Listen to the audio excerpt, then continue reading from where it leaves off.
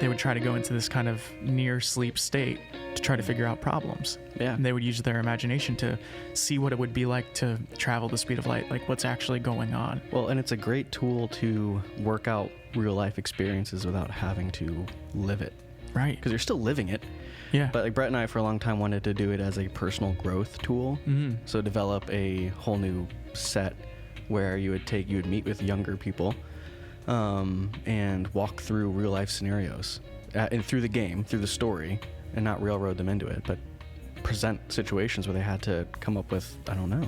Mm. And so I've seen people in my group, like their characters, like, I was going to do this, but like my character wouldn't lie anymore. Like I've lied for so long, and I see the consequences that my character has to go through now. And I'm like, cool. And so like, that's a good feeling. Like I see situations they bring up, and some of them had to deal with one of the cultures that they went into was very misogynistic, and it brought up a lot of feelings in some of the group, and they were like, how do we deal with this without overreacting or just going around killing people or trying? And it was a good balance, and it's fun to see people. It's a safe place for people to deal with issues that they wouldn't otherwise. It literally blows my mind to imagine that there is, I like to kind of refer to it as like a little alien inside of you, that there's like something that's thinking, well, yes, we don't know if in they're its thinking. own little, Yeah, but like moving on their own. They sleep in there. They wake up in there. Like, yeah.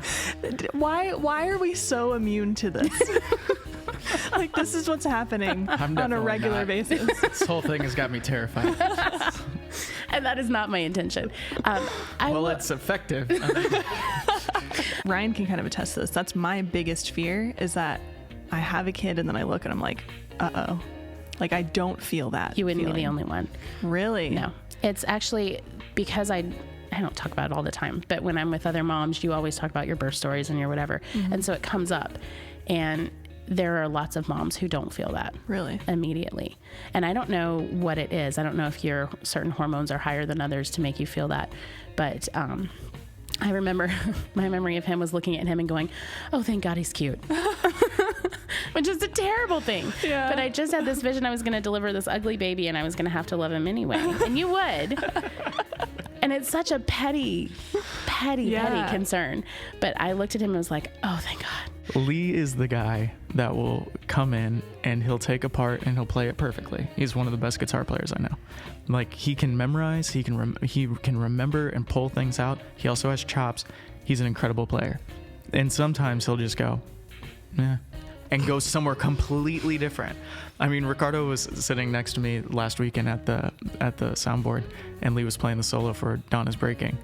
And he's like, Lee, that's not the solo I wrote. I was to say he wrote that song. He's like, that's not the part I wrote. What are you playing? But he's doing it jokingly, obviously. Like, he's not actually annoyed or whatever. But Lee's just over there going somewhere he's never gone before. 100% has never played that part before. He is just 100% riffing in the zone, and he's right on the edge of failing.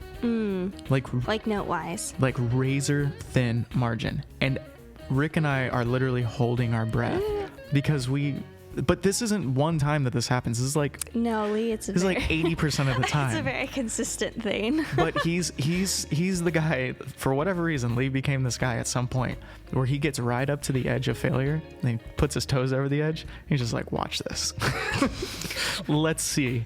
And here's the thing. Sometimes Lee hits bad notes. Sometimes he hits something that's it's a half step off and it's just not good. Yeah.